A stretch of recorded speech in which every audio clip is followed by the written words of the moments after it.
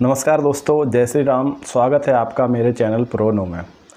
आज हम बात करेंगे राहुल गांधी के अमेरिका दौरे की कि राहुल गांधी जो अमेरिका गए हैं वो किस वजह से गए हैं और अब भारत के राजनेता हैं वो अमेरिका की राजनीति को कैसे प्रभावित कर रहे हैं। इन सभी मुद्दों पर आज हम डिटेल में बात करेंगे। इससे पहले मैं आपको ये याद दिला दूं कि जब भारत में इलेक्शन हुए थे तो भारत में जो विपक्ष ने अपने मुद्दे रखे थे वो क्या थे। तो मेन रूप से जो भी मुद्दे रखे थे विपक्ष ने वो ये थे कि भारत का संविधान है वो खतरे में है और भारत में तानाशाही शासन आ जाएगा। अगर नरेंद्र मोदी की सरकार आएगी या बीजेपी की सरकार आएगी तो भारत में तानाशाही शासन हो जाएगा।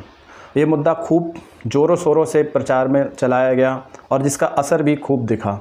इन्हीं मुद्दों की वजह से भारत में कांग्रेस पार्टी अपने दम पर 99 सीटें लाने में कायम हुई और राहुल गांधी को थोड़ा विश्वास आया कि वो कैसे अब अपनी कांग्रेस पार्टी को भारत में आगे ले जा सकते हैं। इन्हीं मुद्दों को लेकर वो अमेरिका गए हुए हैं कि कैसे भी अमेरिका में वो ये बात अपनी अमेरिका के लोगों के अंदर फिट कर सकें। कैसे जो डोनाल्ड ट्रंप हैं वो अमेरिका में वहाँ के अल्पसंख्यक लोगों या अल्पसंख्यक समुदाय के प्रति अत्याचार करेंगे जब वो राष्ट्रपति बन जाएंगे। भारत में देखा जाए तो भारत में अल्पसंख्यक समूह एक बहुत बड़ा वोट बैंक माना जाता है और भारत की जितनी भी पार्टियां हैं, चाहे वो बीजेपी हो, चाहे वो कांग्रेस हो, चाहे समाजवादी पार्टी हो, चाहे बहुजन समाजवादी पार्टी हो, सभी उस वोट बैंक को अपने पक्ष में करना चाहती हैं क्योंकि उन्हें लगता है कि अगर ये वोट बैंक उनके पक्ष में आ जाएगा तो उनकी जो जीत है वो सुनिश्चित हो जाएगी। इसी तर्ज पर अमेरिका में भी एक बहुत बड़ा समुदाय है अल्पसंख्यक समूह का, जो कि अमेरिका में परमानेंट वहाँ के नागरिक हो चुके हैं, उनका वहाँ पर वोट भी बन गया है।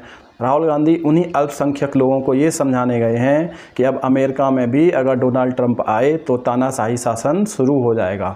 हालांकि जैसे ही भारत में चुनाव ख़त्म हुआ ये दोनों मुद्दे एकदम से गायब हो गए। न तानाशाही वाला कोई मुद्दा रहा और न ही संविधान खतरे में रहा।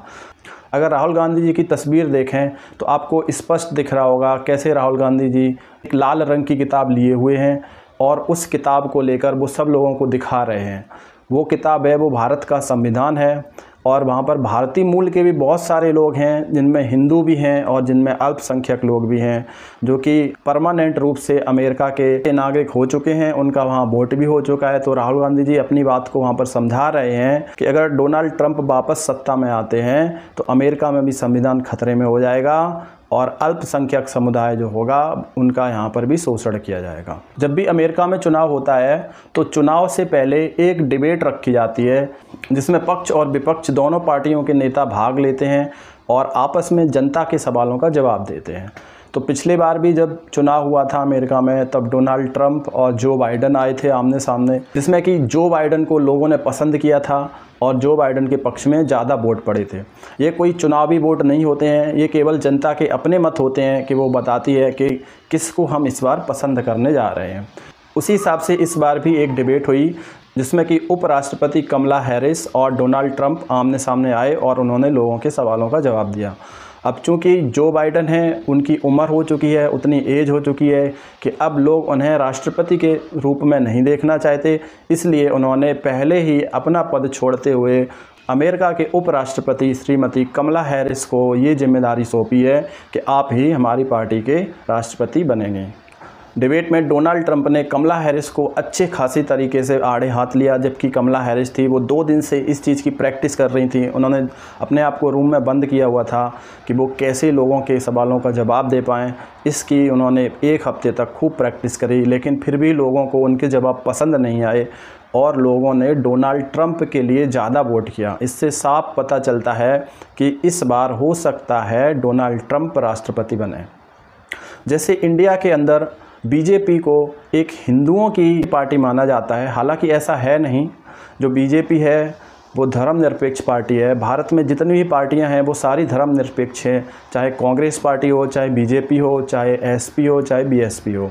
लेकिन ये भारत की कहने के लिए धर्मनिरपेक्ष पार्टियां हैं, लेकिन सब लोग जानते हैं कौन सी पार्टी को कौन से समुदाय के लोग ज़्यादा पसंद करते हैं। क्योंकि हमारा देश है वो धर्मनिरपेक्ष है, इसलिए कोई भी पार्टी धार्मिक रूप से अपनी पार्टी का संचालन नहीं कर सकती।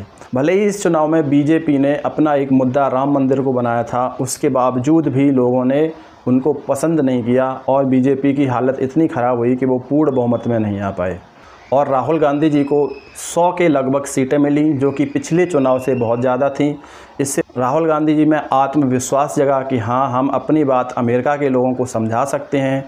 उन्होंने वहाँ पर ये बात करी कि कैसे भारत में जो सिख समुदाय के लोग हैं उन पे अत्याचार किया जा रहा है।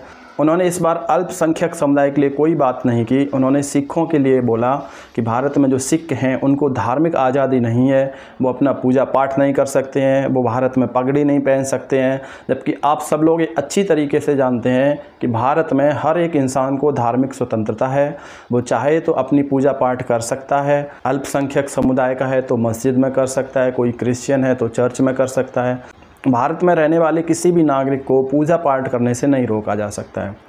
आप लोग ये भी जानते हैं कि भारत में सभी को टू व्हीलर चलाने पर हेलमेट लगाना बहुत ज़रूरी है। सब भारत के जो लोग हैं वो हेलमेट लगा के ही चलते हैं, अदरवाइज़ पुलिस उनका चालान कर देती है। लेकिन सिख समुदाय के लोगों के लिए आज भी छूट है कि वो कैसे केवल पगड़ी पहनकर टू व्हीलर चला सकते हैं, उनका चालान नहीं होगा, क्योंकि वो पगड़ी उनके धर्म से जुड़ी हुई है। जब भी कोई बात धर्म से जुड़ी हो जाती है तो उसमें नियम नहीं चलते हैं। सिख जो समुदाय के लोग हैं वो एक कृपाण रखते हैं, जबकि भारत सरकार की स्पष्ट गाइडलाइन है कि आप अपने घर में भी 6 इंच से बड़ा चाकू नहीं रख सकते। कृपाण का मतलब होता है तलवार। लेकिन केवल भारत में एक ऐसा ही समुदाय है सिख जिसको पूरी आज़ादी है अपने साथ कृपाण रखने की, क्योंकि कृपाण गुरु गोविंद सिंह की पहचान है और जो गुरु गोविंद सिंह जी थे उनके साथ हमेशा रहती थी। इसीलिए सभी सिख भाई अपने साथ में कृपाण रखते हैं और भारत सरकार उनको इस बात की अनुमति देती है। फिर राहुल गांधी जी किस आधार पर ये कह रहे हैं कि सिख भाइयों को भारत में बोलने की स्वतंत्रता नहीं है, धार्मिक आज़ादी नहीं है। जल्दी ही मोदी जी भी अमेरिका जाने वाले हैं और वो डोनाल्ड ट्रंप की पार्टी की तरफ से चुनाव प्रचार करेंगे। शायद आपने पिछली बार भी देखा होगा कि कैसे हाउडी मोदी अमेरिका में चला था, मोदी जी ने कैसे हाथ में हाथ डाल के ट्रंप के साथ प्रचार किया था। उसकी पूरी संभावना है कि इस बार भी नरेंद्र मोदी जी जाएंगे और ट्रंप के लिए प्रचार करेंगे। जैसे भारत के अंदर नरेंद्र मोदी जी को एक हिंदुओं का नेता माना जाता है, वैसे ही अमेरिका के अंदर डोनाल्ड ट्रंप को अमेरिकी लोगों का नेता माना जाता है और वो अपनी बात को अमेरिकी लोगों तक पहुंचा रहे हैं कि कैसे दूसरे समुदाय के लोग या विदेश से आए हुए लोग हैं वो तुम्हारे अधिकार छीन लेंगे। अगर तुम सतर्क नहीं हुए तो वो तुम्हारे अस्पताल, तुम्हारी शिक्षा, इन सब का यूज़ करेंगे और आपके लिए कुछ नहीं बचेगा। आज से कुछ साल पहले ऐसा नहीं होता था कि कोई भी राजनेता भारत से अमेरिका जाए चुनाव प्रचार करने, लेकिन अब ये स्पष्ट रूप से देखा जाता है कि जब भी अमेरिका में चुनाव होता है तो भारत का कोई ना कोई नेता अमेरिका में जाता है, चुनाव प्रचार करता है। तो इससे स्पष्ट अंदाज़ा लगाया जाता है कि कैसे भारत के राजनेता अब अमेरिकी राजनीति को प्रभावित कर रहे हैं। अगर आपको मेरा वीडियो पसंद आया हो तो वीडियो को लाइक और चैनल को सब्सक्राइब ज़रूर करें। धन्यवाद।